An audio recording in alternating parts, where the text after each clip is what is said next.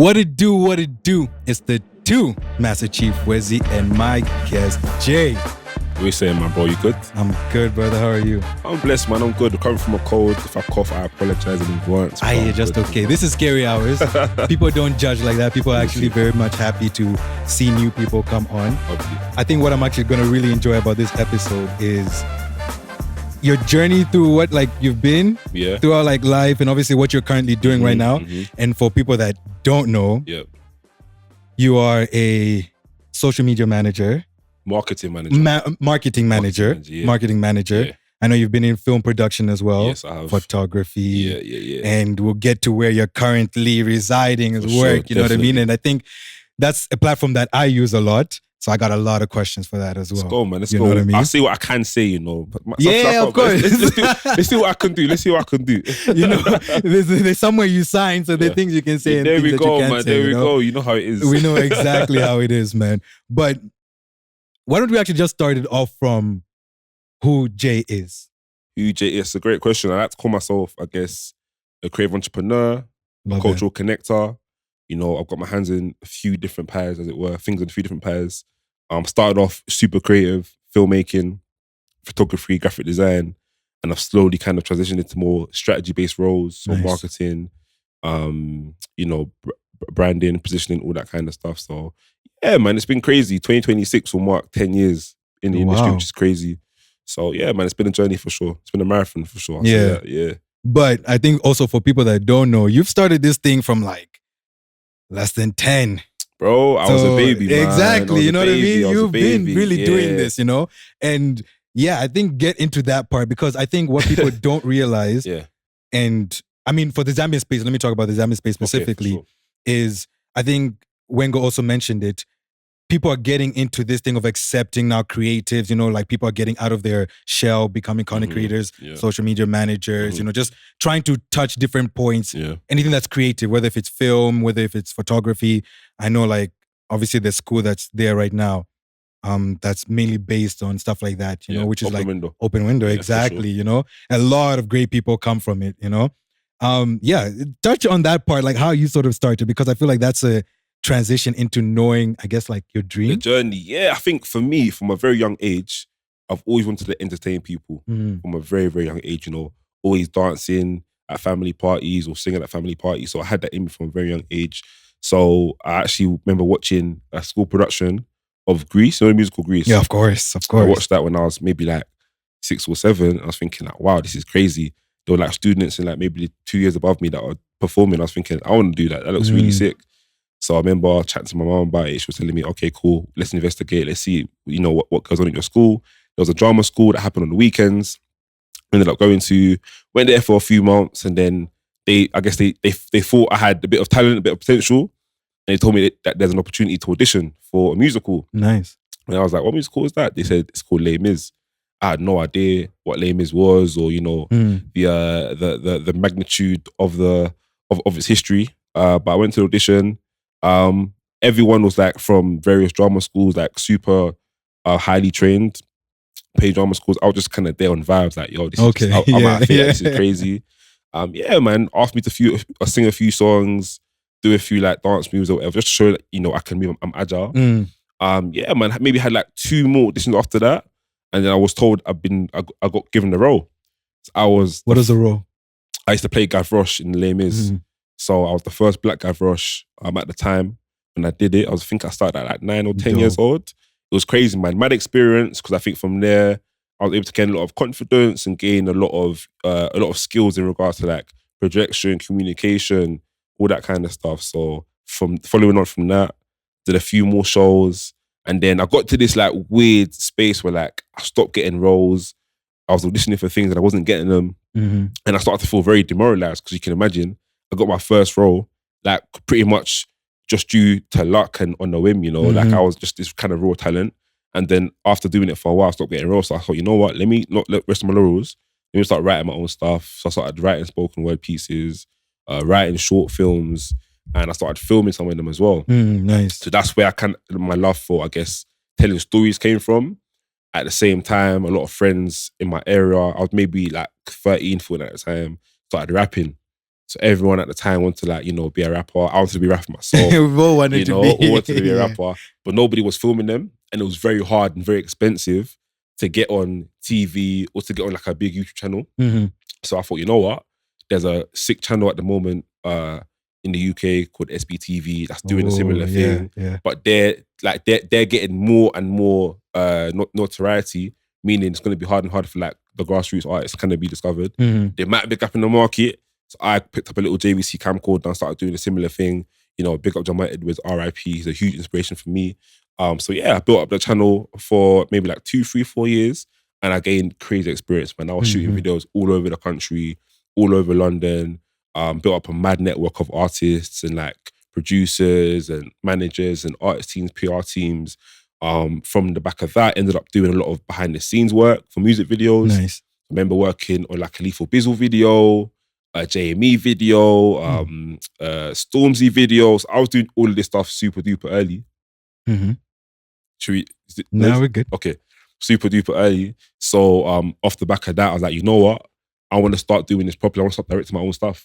So I started filming music videos now, filming short films. And I had like, there's a website we have called Star Now, where you can like filter out who you want. And I had one role that was for like an older woman. Mm-hmm. So I called this like lady on the website. She's like maybe 50 at the time. She came down from like Hertfordshire, I think, to come to be in my short film. I was like 14 when I was doing this. It was crazy. Where were you at the time? I was just in college, bro. I was in school, sorry. I was in like year 10 or year 11 at school. So I was just like, trying to chase my dream, trying to film this little short film. I had people come from all over the country to like make this thing happen. That was a crazy, crazy time. So yeah, man, from there, I was maybe 16 now, finishing my GCSEs. Okay, yeah. At school. When you finish your GCSEs in the UK, usually you go to A-level? You do A-levels, yeah. At a college or a sixth form. Right. Yes, those are the two options. And I was going to go to a college, but I really wanted to go to this specific college called the Brit School. So the Brit Schools may be like the UK equivalent of Open Window University.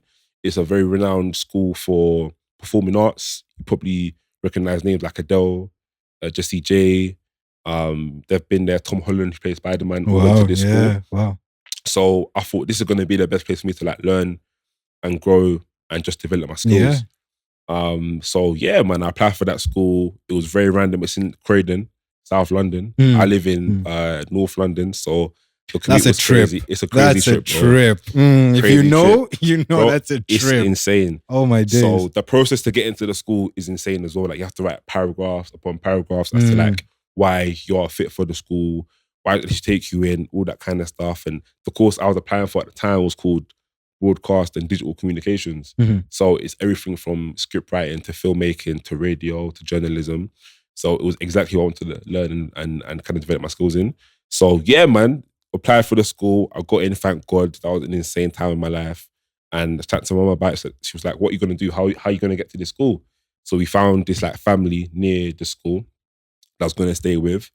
I stayed there for one night and I realized, yeah, this is not it. I'm not trying to do this. Like, I'm 16. I don't want to stay. I don't want to live at home. This is crazy. Like, pick up the family, but it just weren't for me. So what ended up happening was I was waking up at like 6 every single morning to get the train at 7 to get to the school for 8. So it was a mad commitment for 2 years, but honestly, probably one of the best 2 years of my life because I learned so much. And I was able to build a mad network of people that I was able to grow with now, that I still talk to now. Yeah, nice. Like, it was a crazy, like, I guess, incubator for talent. Some of the names I could roll out are insane. So pick up the Brit School, man. Yeah. Sounds like a dope experience. And especially the time period that you're talking about. Seems like there's a lot that you just went through and also a lot that you learned. But I'm still going to take it back still to the beginning. Let's go. Talking about the whole point where you sort of like things just stopped coming after the whole, like, the beginning part of you actually like auditioning, you got the role and everything was going great. And then like things just started slowing down. And lately for me, I've been trying to find the, I don't know if I can say the meanings or like the sunshine through the little cracks, if that makes sense, through like the dark moments, if that makes sense, right? And as you were saying that, I was like, yeah, that was probably yours because you found your calling through that whole moment of like, everything just stopping, you know, and you're like, oh my goodness, what am I supposed to do now? What am I supposed to do to sort of like keep this momentum going? Because every time something good happens and it happens at a high level, all you think about is momentum. 100%. Right? Like no one wants to go from a 7 to a 4 and then you think like, oh yeah, bro, I'm still making it. You know what I mean? And I think artists go through it, like music, whoever it is, whatever field that you're in, you know what I mean? And so I think that's like a really beautiful thing that you've said and obviously like you recognized. Yeah. Would you say that that's been your dream? Like this is your calling, especially going into like film and all that kind of stuff? You know what? I think from a very early age, I've just been hungry. I've been hungry and I've been mad ambitious. So anything I set my mind to, I make sure I'm doing it 110%. I want to be the best at what I'm doing. Nice. So when the acting stuff wasn't really working for me, it was very like confusing. Like I'm good at this thing, but it's not working. I'm trying, but I'm not getting the jobs. Like it was very conflicting. Like, you know, I'm very like, I'm a strong believer in God. So it's like asking God all the time, like, you know, why have I been given this like, this desire, this talent, and things are not working for me? Like I'll be going for like auditions, getting down to like the last 2 and not getting it. Or, you know, just very unfortunate situations when it came to like that process. So because I was signed to an agency and they were still sending me jobs, it felt like, because I wasn't getting jobs, it felt like, damn, am I good at what I'm doing? Like, are the agency still gonna like want to put me forward for things? Yeah. So I tried my best not to panic about things I can't necessarily control. So that's where I thought, you know what, I've still got this talent for like performance and storytelling and being creative and being entertaining. Let me see how I can channel that energy into something a bit different. So that's where the passion came now for like writing scripts and, you know, writing spoken word and putting things together, filming things together, taking photos and picking up a camera and being creative in that kind of way. And I got so much energy and I felt so empowered by, okay, cool, I've written this script, I've called up 1, 2, 3 people, they've come down, we're shooting it, I'm editing it. Like, I think that was like that took a life on itself. And even that whole process was a bit crazy because if you know anything about like editing and filmmaking, especially back then, all the programs are very like hard to attain. Yeah. So I was like and not cheap either. Not cheap at all, you know. So I was able to kind of acquire those programs quite early on and use them and be able to like really hone my skills. Like, I taught myself how to use Photoshop, how to use After Effects, how to use Premiere Pro, Final Cut Pro. So I was in this space where, cool, I'm building up an arsenal of skills. I need to make sure I'm using it in the best possible way. But that's kind of manifested in itself into what I'm doing today, really. It's been like a crazy full circle moment. Yeah. Yeah. I love that you even spoke about editing and sort of like learning all these different things by yourself. Because it's also reminded me about this, literally. Yeah. Like, it's a very hard thing to try to learn something new and still remain motivated throughout the entire process, you know? Especially when you know what the final thing is supposed to look like or sound like or whatever. And you're trying to get there because maybe you've also seen someone else do it and whatnot. And you're like, I can't figure out what I'm supposed to do here. Or maybe because you don't have a certain program that you need, you know what I mean? And you just have to remain content with what you've sort of produced at the moment, you know?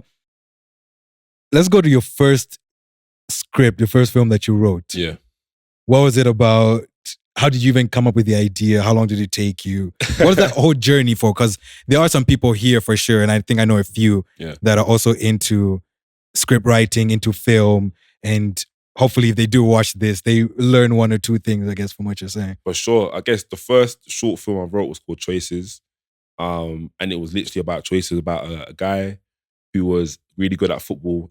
Thinking back to it now, it was super duper cliche. This was the first thing I wrote. He was really good at football.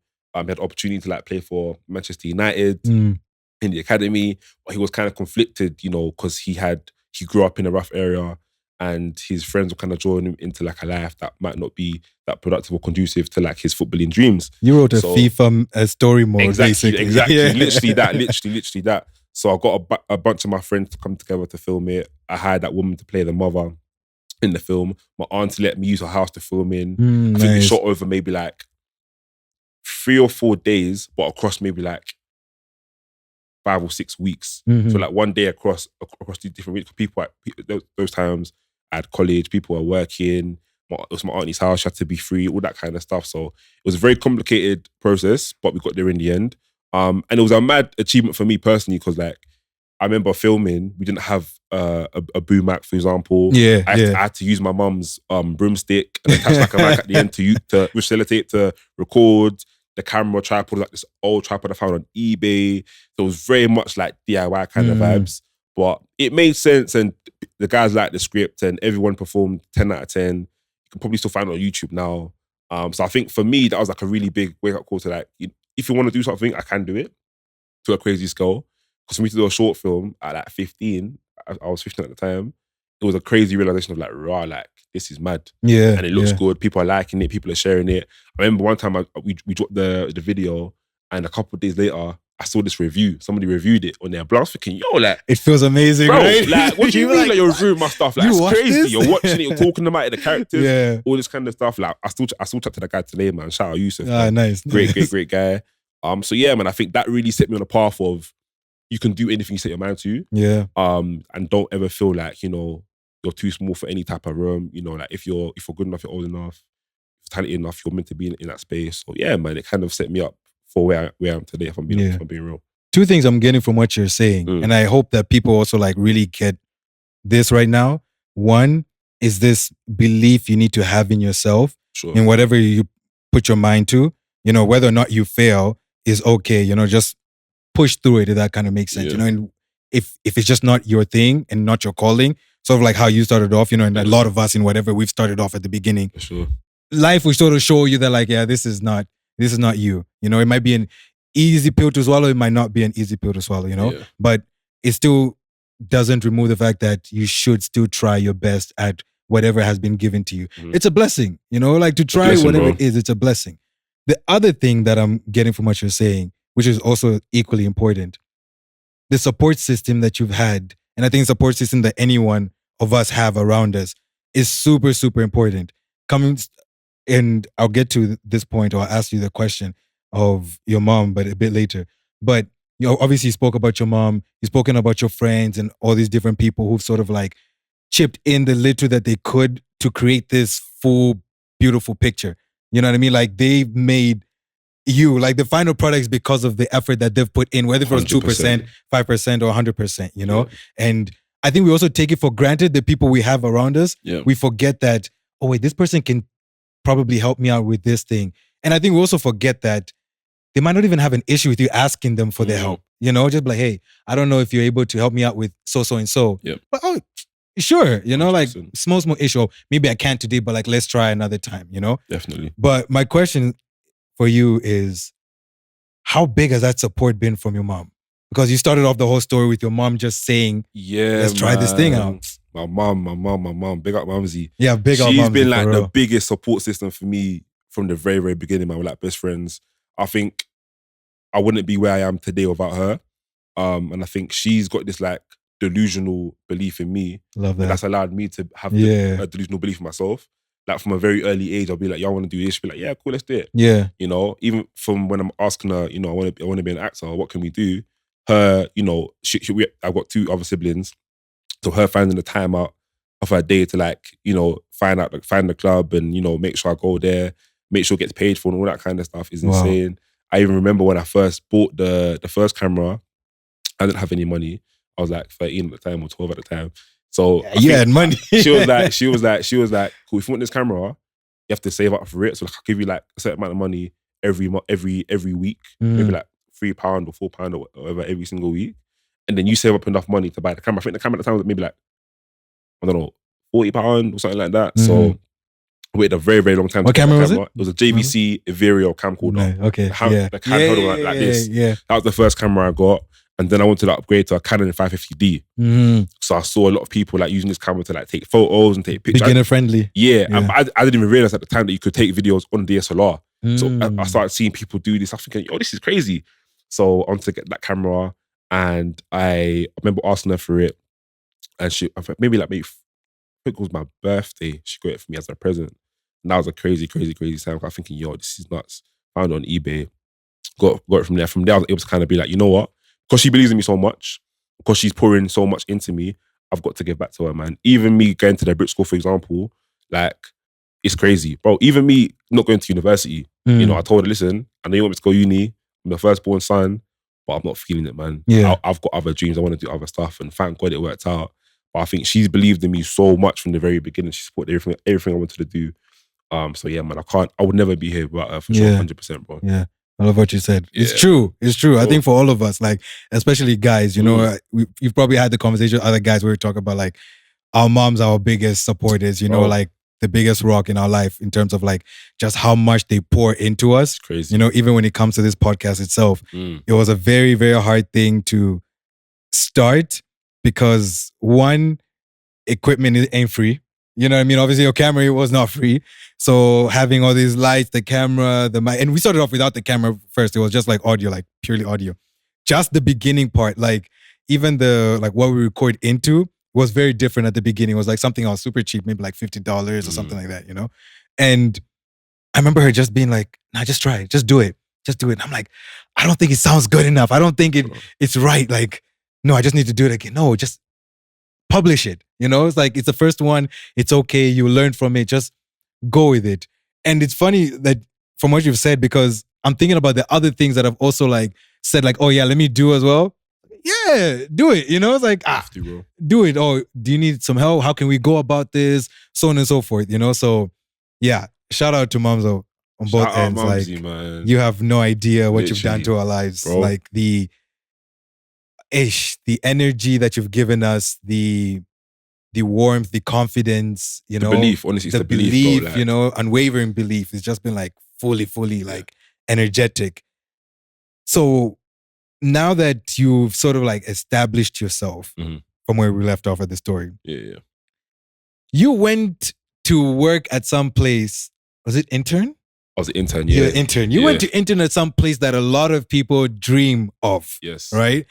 And I've never been there personally, but trust me, when we do say the name, you've heard of it. You've heard of what they do, what they've been doing. And I think a lot of people that do watch this, whether you're a creative or not, would love to sort of hear how you got into that space, also how you found it. Yeah. And the place that we're talking about, I think I'll leave that to you to sort of mention it. Yes. And talk us through that journey, really. So, boom, what happened was, it's a mad story actually. I had been applying for internships from like when I finished my exams in year 13. So when you finish your A-levels, most people go to university. Yeah. You know, it's the normal pathway. Right. Some people start work, some people start internships or apprenticeships, but most people go to university. Yeah. It's the easy thing to do. Not easy, but it's the logical thing to do. I guess, you know? Yeah. But I didn't want to do that. I felt, you know, I've been building up a mad portfolio. I've got a mad showreel. I've been shooting here, there, everywhere. Like, I want to get into work. I want to get into the field, you know. I want to be able to like hone my skills at a place where I can get paid as well, you know. Yeah. And they appreciate the skill as well. Exactly. Right? Yeah. So I was applying everywhere, bro. Like BBC, Sky, ITV, Channel 5. Like, I was applying for all the big media companies. Yeah, you shot high, which is great, you know? By the way. So, but all of them were saying, no, you know, you're too young. You need to be a graduate first. We need to be at least in some sort of degree education. Because I was only like 18 at the time. So it's understandable. At the same time, I was thinking like I feel like if I'm in there, let me prove it to you. You know, that's the kind of energy I had. Yeah. But obviously, when I wasn't even getting callbacks from applications, I didn't feel demoralized, but I felt like, damn, is it really going to happen? Yeah. So I ended up applying for university, apply for a place to do a course, marketing, TV and advertising, advertising and marketing. I can't even remember. So long. And I got into the university. I got a place at the university. I wasn't necessarily happy about that. Yeah, it wasn't your first choice. It wasn't my first choice, but I thought, you know what? Like, if nothing else is going to bang, let me just do this, make my mom proud, make my family proud, I'll go to university. So it's when I went back to my colleagues now to speak to them about like various things. One of my tutors was like, there's an opportunity at Sony. I would like to put you forward for it. And I was thinking, right, crazy. Like, Sony. It's like, yeah, it's an opportunity at Sony. But this was maybe like May. Mm-hmm. So the school year finishes in June. So I had that first summer. I was 18 that summer, had a crazy summer. First lads holiday, amazing time. So I've not heard anything back from this situation maybe until like August. Okay. And by this point, I've done my student finance. I've done my student accommodation. I'm in group chats talking about the parties we're going to go to first week of university. Not even the lectures, you know, or anything. Like, the party. I'm very much about to be a uni boy. Yeah. So I was prepared to do that. But then I got an email from the recruiter at Sony saying, hey, we've seen your show reel. I know it's been a while, but we'd love to have you for an interview. And I was like, rah. Crazy. Sony. Internship, interview, this is crazy. So I was like, yeah, 100%. Talked to my mum about it. She was like, I'm not sure, it's a bit like, I guess she had belief in me, but like, I'm giving her a choice of education and stability and like a pipe dream that might not even happen. But I'm like, no, you know what? Let me go for interview and see what it's saying. I'll never forget that day. I wore a suit to the interview. I was so formal. I had like some Chelsea boots on. I was so gassed. I went down to the office in West London and had an interview. Spoke to the team over there, and they seemed to like me. But I wasn't sure what was happening because by this point I was still, talking to the university and getting ready to do that.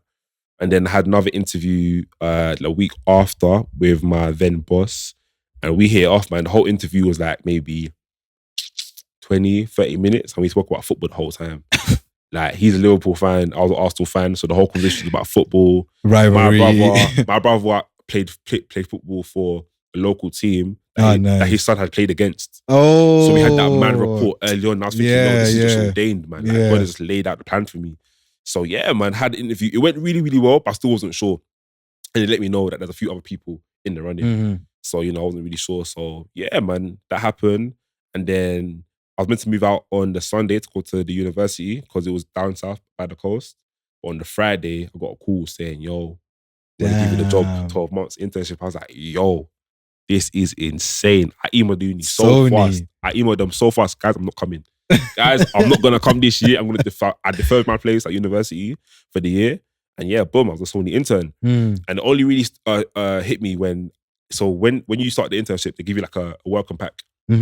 And that welcome pack has like, welcome to Sony Music, has like the rules, history about the company, all that kind of stuff. And bro, I could not believe it. I was so gassed. So I started in October 2016. So 10 years ago now.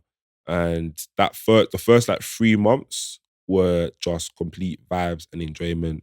And it was insane. I think being 18 in that kind of environment, because most of the other interns were like maybe like 24, 25, maybe out of university, or a bit more older than me. I was the youngest intern, and I was just having so much fun because I was working on artist campaigns. Nice. I was working on TV shows. I was doing all of this at such a high level. I couldn't believe I was there. Even things such as like Christmas parties, for example. I'd never been to a Christmas party in a corporate environment. Yeah, same, so the bar is open. It's an open bar the whole time. Yeah. They're giving you free food. Buffets, just there. Bro, I couldn't believe it because bear in mind, my friends have started uni. Yeah. So like, I'm chatting to my friends about, you're in a lecture, and I'm doing, bro, it was insane. That first year was insane.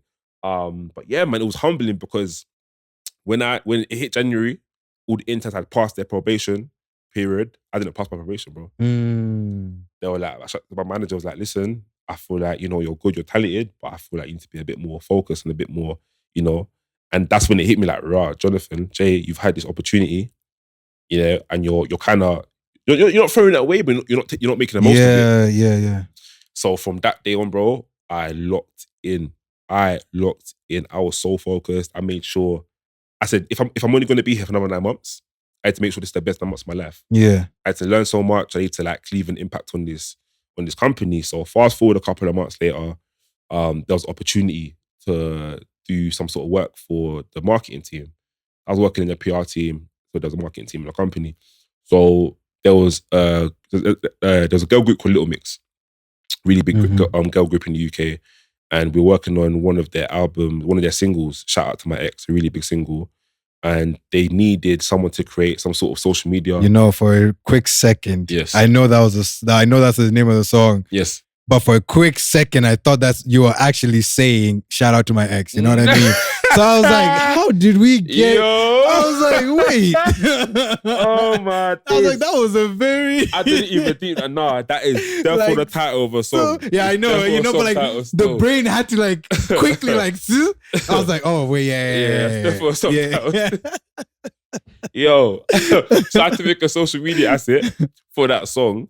They were looking for an agency to do it because the person who was doing the assets at the time, I think, was ill. So like, Jay, like, do you know anyone who can, do graphic design? I said, I'll be real. I can give it a go. I can give it a try. Like, oh, are we sure? I'm not really sure. I said, no, like, let me just try. Like, if it doesn't work, it doesn't work. So you had no experience with graphic design? I had experience. Okay, but not like... That wasn't my role at the company wasn't to do that. Gotcha. Right? So I put my hand up and said, you know what, let me give it a go. Gave it a go. I created the asset. They loved it. The girls loved it. It went live on the Instagram. When I saw it on there, I was thinking, rah, the views started going up. Boom, boom, boom, boom, boom. I had like hundreds of thousands of views. I was like, yo, this is crazy. And then from then on, I was the go-to guy for like asset creation, content creation, graphic design, motion graphics. And from there on, I realized, okay, cool. I've been given an opportunity, and it's never a time where when you're an intern in a big company, you're never really going to be. No one's going to come to you and be like, come and do this, come and do that. You have to kind of take it. Yeah. I remember one of the bosses from the US that had flown in and told me, listen, you've got your foot into the door right now. It's up to you to push it open. Mm-hmm. And that stuck with me throughout my whole career. So when that happened, I became the go-to guy for like social media assets. And I was creating for all the artists on the label now. I was creating for the TV shows. Yeah, nice. I was working with my boss at the time. He was also a content creator. He showed me the ropes as well. So I was going everywhere with him, taking pictures, doing videos. So I built up a mad rapport within the company. So yeah, man, came to the end of the internship now, August. Some people had left, some people have got jobs. I got a letter from HR saying, yeah, we want to keep you on as a media assistant. I was like, yo, this is crazy. Called up to uni, I said, guys, listen, love you, but leave you, might have to push this another one, I don't know. You, man. So yeah, man. And I think for me, it was very validating because it made it feel real. I could tell my mom, listen, I've got a job now. I'm not anymore. I've actually got a job in the industry at Sony Music. It was a crazy, crazy time. So I was there for like 4 more years after that. Worked on crazy campaigns, bro. Like, did international stuff. I was in Brazil with artists. I was in Norway with artists. Like, I was doing content everywhere and anywhere. And I really built up a really strong rapport with the team. Shout out my boss at the time, who like really took me under her wing and like taught me the ropes. And I ended up being like looking after a lot of the digital strategy and content. Nice. For the artists on the label, man. So yeah, it was a crazy time at Sony. Yeah, man. It was a journey for sure. I think that's also a beauty with having someone that believes in you. Bro. Like having a mentor that is going to sort of give you these opportunities. 100%. Not also just like hold your hand, but also like kind of throw you in the deep end at times, you know, be like, oh, let's see what you can really do. And which is something I feel like we lack a lot here. You know, there aren't a lot of people that really want to take people under their wing and be like, hey, let me show you what has been happening here. Yeah. But also the other problem is like the space here hasn't been happening that long, if that makes sense. Or at least at that high of a level. You know what I mean? And I think that's where the issue really comes in. It's just because everything has been like very surface level, whether if it comes to like marketing music or like, you know, music videos and what it's now where things are like, oh, okay, we're really like recognizing people's talents, especially when it comes to like film and whatnot, you know? I remember when, who's this video came out? Mike Burner. When he shot his, what's the name of the song? I know what you're talking about. Those but you know what I mean? Crazy yeah, exactly. When he didn't shoot it here in Zambia, when he went out, everybody was talking about it. But like, oh my goodness, why did he even shoot in Zambia? He went out, this video is crazy. I wonder how much it cost. Like stuff like that, you know?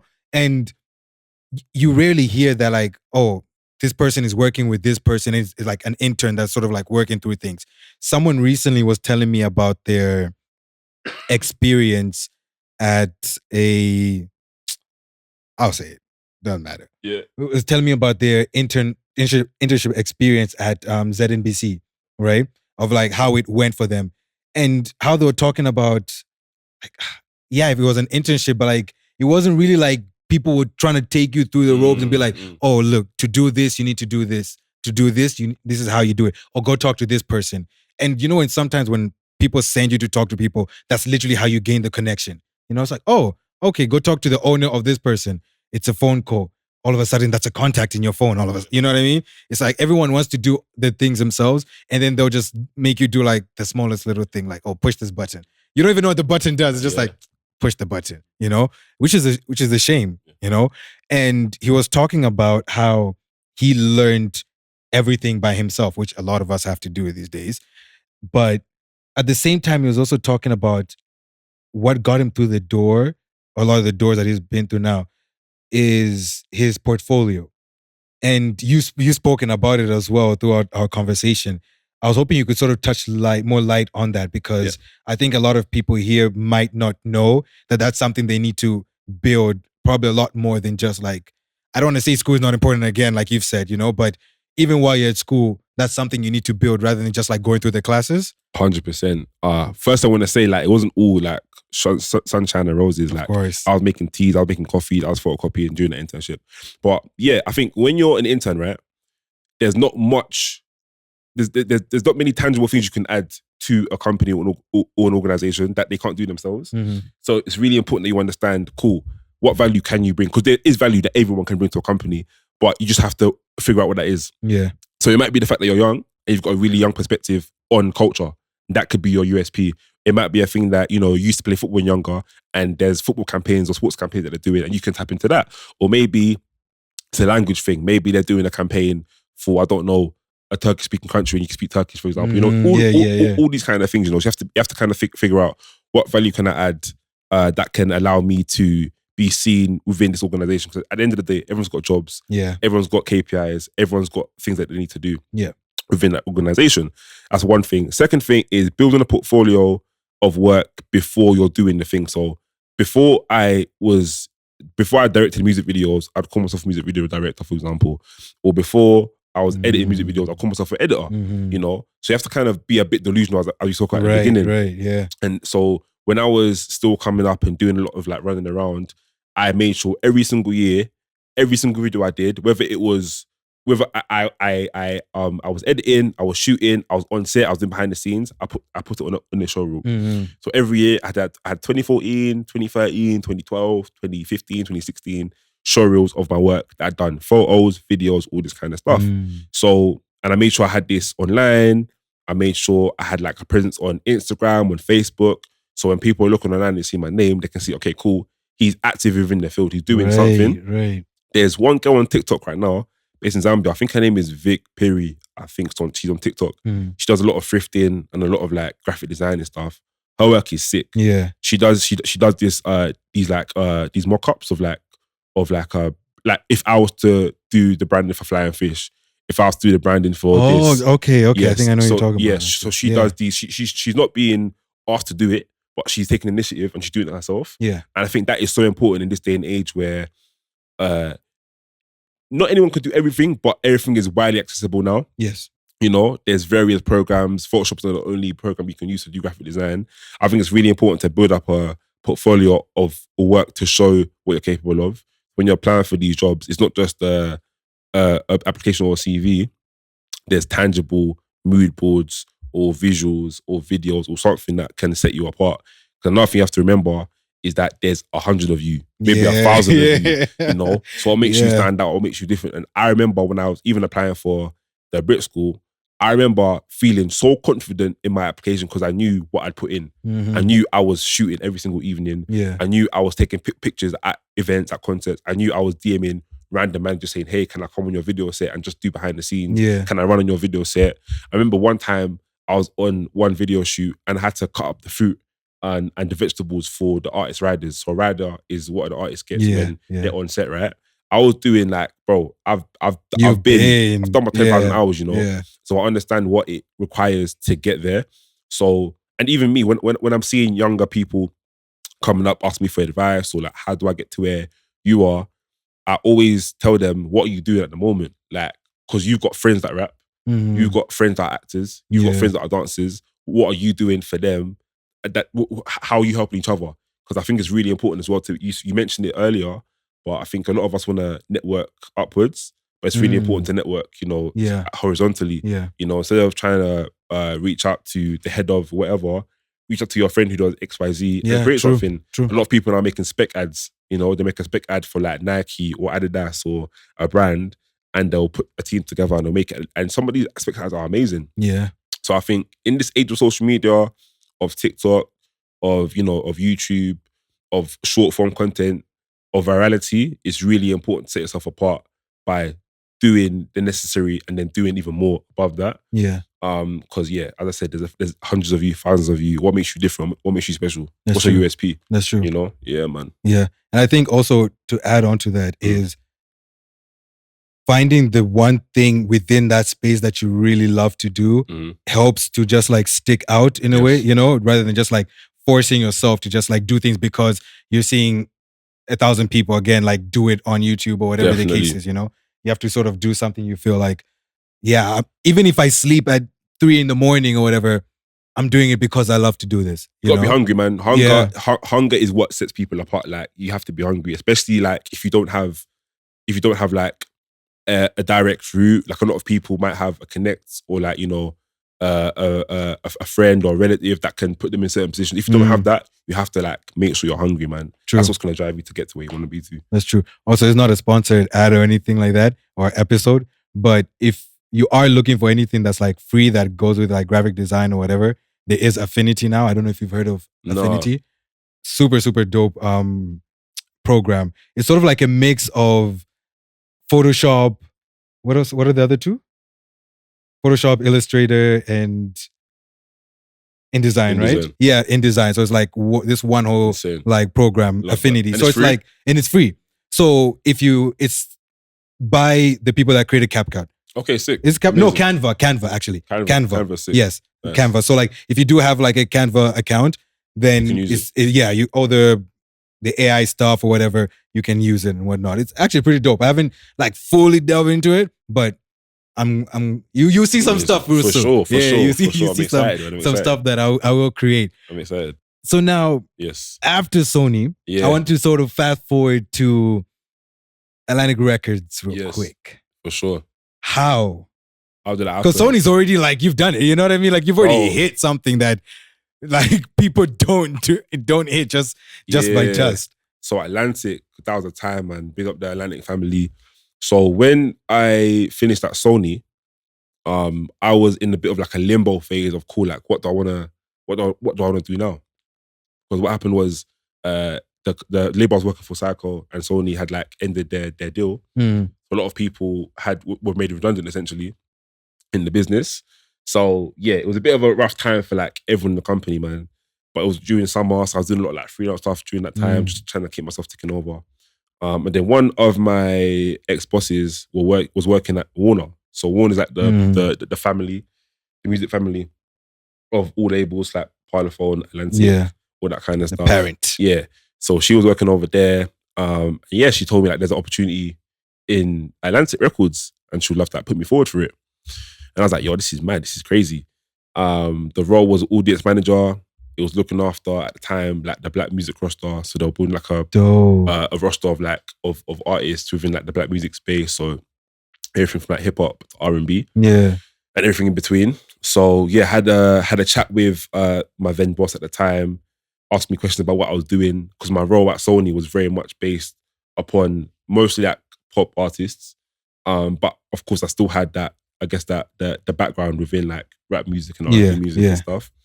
So yeah, I had a couple of conversations with them and I got that role in October 2020. Yeah, 2020. Damn, time flies. Right? Insane. And way too quick. I got that role, I feel like I was like praying every single day, like thanking God every single day, because like Atlantic Records, bro. Atlantic Records. You know, I feel like there's a lot of record labels in the world, but there's only a few that people everywhere know. Yeah. You know? And Atlantic is one of those labels. You know, there's so many artists that have been there historically that everyone knows. So to be a part of that history was insane. So when I joined the company, it was during lockdown. So I only really met my colleagues for the first time, like maybe 6 months after I started. Ah, okay. But that was a crazy time because I came in as someone with like 4 years experience, and I was only 22. So when I started that role, I felt very, very, I had this mad sense of imposter syndrome, if I'm being honest with you. I felt like, damn, I'm working with people that are older than me, more experienced than me. Like, do I deserve to be here? As I got more and more comfortable into the role, I realized, hold on a second, like, I actually know what I'm doing. I'm in meetings, I'm talking to artists, and I'm delivering information that they're resonating with, that they're taking on board, that's having effects, that's producing results. That was a crazy time, man. I worked on everything from Tion Wayne Body that went viral in 2021 to like the Darko campaign that was insane. Worked on Kalani Records, worked on Cardi B's Up record, worked on Burna Boy's Love the Meaning album. That was a crazy time. Insane time. That was my first plaque actually. I got a plaque for that album. That was crazy. Yeah, I just gotta laugh a little bit. Yeah, from shock because what? Bro, honestly, like even me saying it now, it feels surreal. You're saying it so casually too. It's like, because you know what it is. You know it was a while ago, and like I've done more things since then. You know, but at the time it was insane because I feel like working for a label like that, it's so fast paced and it's high pressure because everyone expects number one records. It's a label that is historically very successful, so they've had number one albums. They've had number one singles. So for me to come in, I need to be able to like match or better what everyone else is doing. So yeah, man, it was a crazy time. I remember working on like the Tion Wayne project, for example, and meeting him for the first time and chatting to him about what he wants to be doing and like seeing where he's taking music. And that whole period, like just after lockdown, of like drill having that crazy resurgence. I remember when the single came out, it did crazy numbers, and then as the weeks were going by, it was getting higher and higher in the charts. Remember the week that we thought it was going to go number one, spoke to the marketing manager at the time. I was like, bro, we're going to do it this week, you know. Like, it's going to go number one this week, you know. And he's like, yeah, but it's going to happen. So I remember we all went down to the studio on like a Thursday. We had the number one trophy with us. We took photos of it. And I was so gassed, bro. Like, it's on my Instagram, like, you can check it out. Like, it was the first time I had a number one, like, logo, what do you call it, trophy in my hand. It was the artist. Bro, it was insane. The energy in that room was crazy. Crazy, yeah. Then, boom, the Fridays come now. They've announced it. First UK drill number one. It went number one in Australia. It went number one in Ireland. Bro, it was insane. That's big, yeah. Like, so, big ups to that. Yeah, man. So working on that. Mad. From like a digital marketing perspective, doing like the content, doing influence marketing, all that kind of stuff. It was insane because I was so deep into the process that I don't even think we had time to really process it because like it was once we had hit one milestone, another one was coming. Boom, boom, boom, boom. And at the end of that year, December, went to the Mobile Awards. We were nominated for Best Single. We nominated for Best Single and we won the award, bro. Same track, body. Nice. We won the award, bro. And I'll never forget, I saw like the team stand up from the table. Some people were going up, some people weren't. I said, bro, I'm getting on that stage. Oh, you gotta go. I'm getting up on that stage, bro. And I was there. I remember leaving, people sending me pictures of me on the stage. It was crazy. So I think being a small part of like such a big operation is insane because it takes so much energy and effort and resource to get to that stage. It's not just a one-man band. So I think that really allowed me to feel a crazy level of fulfillment. Yeah. And it really drove me to kind of do even more throughout my time at the label, man. So yeah, I was there for maybe 2.5 years, 3 years. Had crazy achievements. Worked on some crazy campaigns. Some of my favorite, I love like R&B music. Nice, yeah. One of my favorite artists is Mahalia. So I worked on her campaign, worked on her project. I was crazy which time. One? A Letter to My Ex, EP. Worked on a bunch of her singles as well. Like a really, really fun time. Amazing artist. Well, great person, great team. Similarly with Burna Boy and his team, like that was a crazy time. I remember we were fighting to get the number one that week, and he had a pop-up show in London, and I was like filming, took out the card, editing at the show, posting at the show. It was like a sweatshop. That time. It was insane. But that was a crazy time, man. Amazing album. Crazy time to like work on for like Afrobeat music at the time. Yeah, man, bro, it was crazy. I could speak about this for ages, but I think Atlantic Records really, it like refined me. I think I was really talented and had really good ideas, but I think Atlantic allowed me to become a strategist. You know, if at the beginning I would be making decisions based on vibes, Atlantic allowed me to make decisions based on data. Yeah, it allowed me to like, you know, do a campaign, look at what went well, what didn't go well, and then refine it to make it even better. Because I think when you're at a place that demands excellence every single day, every single week, you have to make sure you're at the top of your game as well. Yeah. So I became a very well-seasoned executive, being at the label, and it set me up to what I'm doing today, man. So yeah, shout out Atlantic. Great time, great family. Atlantic, I love the guys over there, man. And I hate that we could honestly be talking for like hours about this, you know, because it seems like there are a lot of stories that we could like unpack. I've got many. You know, so like there will be a part 2 coming up. We'll do that but before we even end, yes, I have to talk about the one place which you're currently at, right? Yeah. That I use on a daily. I think the hours that I've put into this same app is ridiculous. Every time I post it, when, you know, the Raptors come out, it's an insane thing. There's one artist that sits at number 1 for... Who's that for you? Guess. I don't know what kind of music you like though. Yeah, actually. The podcast gives it away. Damn. I said it earlier. Meek Mill. No? No. So you're thinking about the outro, but Scary Hours itself. Scary Hours. Drake? Yeah. Okay. Yeah. That makes sense. Been sitting on number one since I think Wrapped came out. Crazy. Yeah. Crazy. But yeah, you're currently at Spotify. Yes. App that I love. Yeah. Most of our listeners actually listen on Spotify. I like that. How did you jump on that? Boom, Spotify, man. Love Spotify. Great place to be working. So one of my brothers who I used to go to church with, I met up with him randomly. Yeah. I think it was like at a listener party or at a party or whatever, or something like that. See what the Lord can do for you. And bro, listen, it's so important to just talk and ask questions and like be personable and if you don't ask, you don't get, you know. Yeah, true. Close mouth don't get fed, you know. Yeah. So we were talking, he was asking me about what I'm doing and, you know, what I want to be doing. And we just had an honest conversation, you know. I was honest with him. I said, you know, this is what I want to be doing. This is what I want to take my career. And he said, oh, you know, there's an opportunity that might be coming up at my workplace, you know. I'll keep you in mind for it. I said, yeah, cool, no problem. And when I have these kind of conversations, I don't take it too literally because, you know, things might fall through. And it's not anyone's fault if these things fall through. But yeah, boom, a couple of weeks later, I had an email from the HR team over there. They're like, you've been recommended for this role. Love to have you in for initial interview. Spoke to them. Were you with Atlantic at the time? I was with Atlantic at the time, yeah. So it was a bit conflicting, if I'm being honest, because obviously we work closely with Spotify.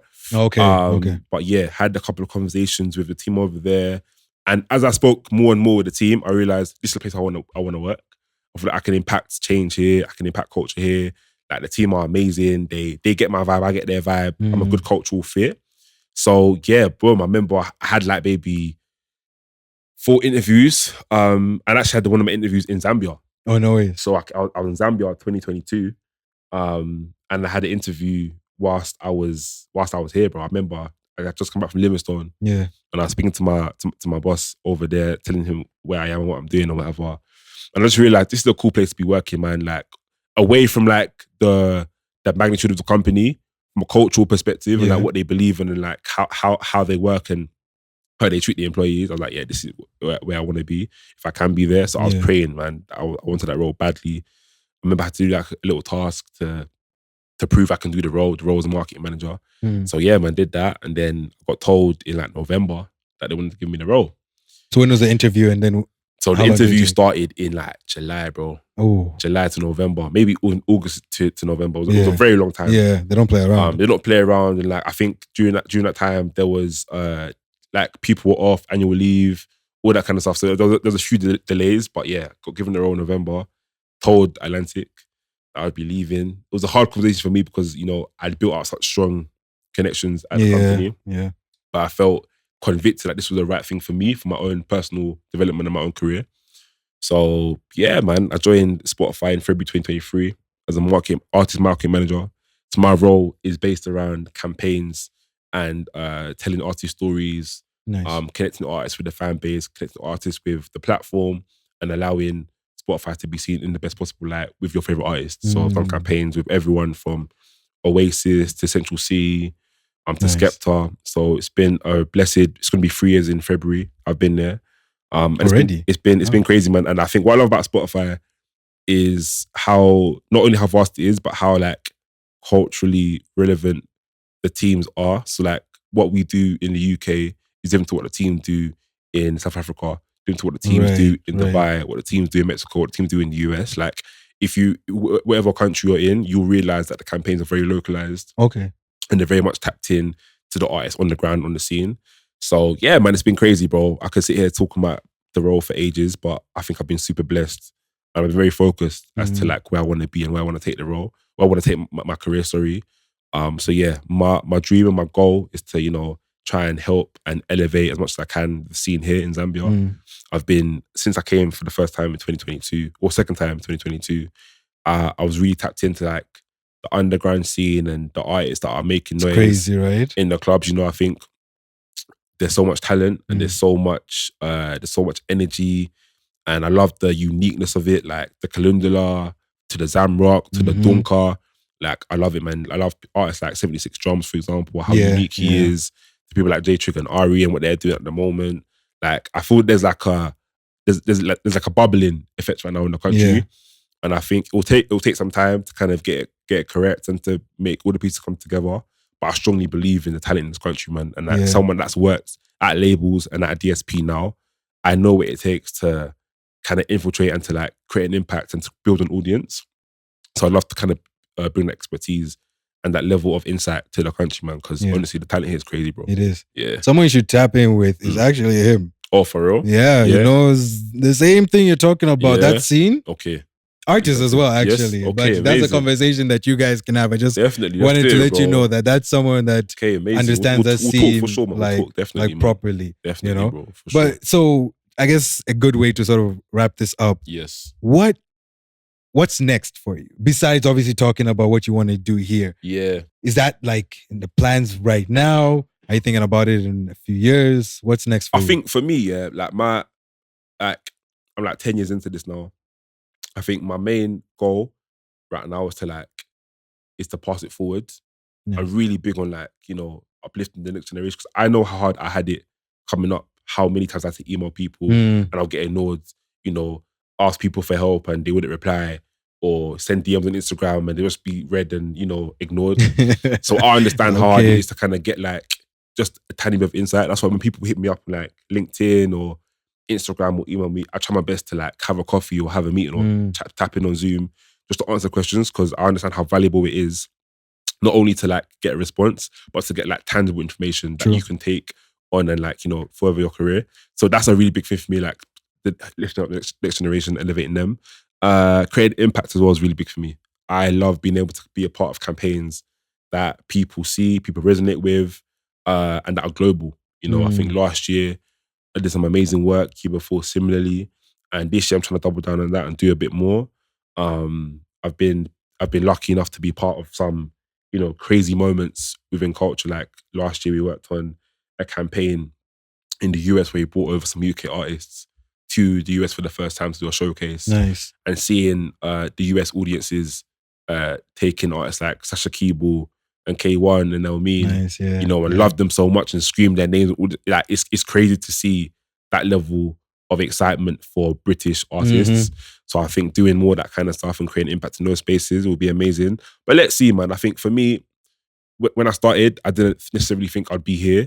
So I've always kind of trusted God and allowed my career to kind of work its way into what it is.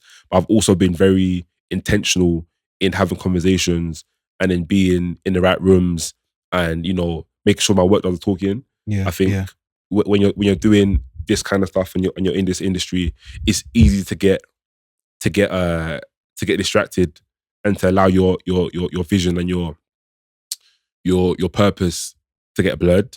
So I try my best to stay focused and to allow myself to, you know, take some time for myself and like recuperate. It's hard because this industry is so cutthroat and it's very fast paced.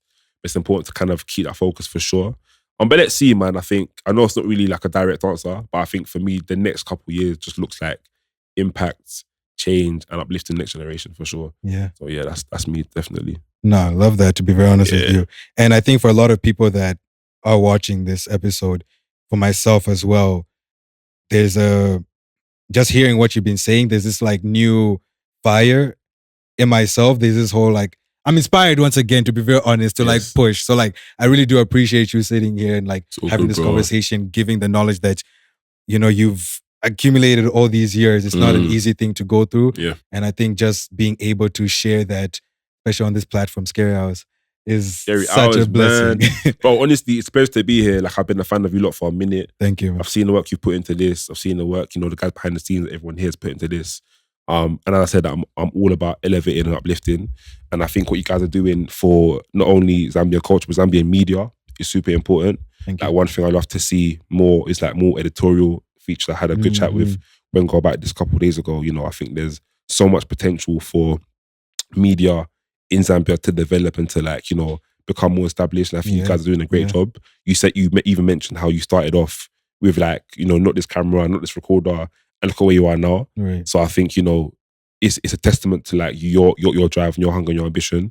So yeah, man, it's a pleasure to be here, bro. Thank you for inviting me. Nah, not a problem, man. Appreciate it. My guy. Appreciate it. Love, brother.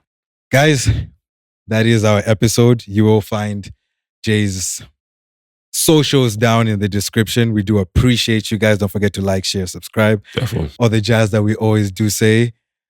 We will have a part 2 in your back. I think that's really what we need to have. Do that for sure. Definitely. You see different things. You know what I mean? You see it differently. You will have a big light sponsored by what. You know what I mean?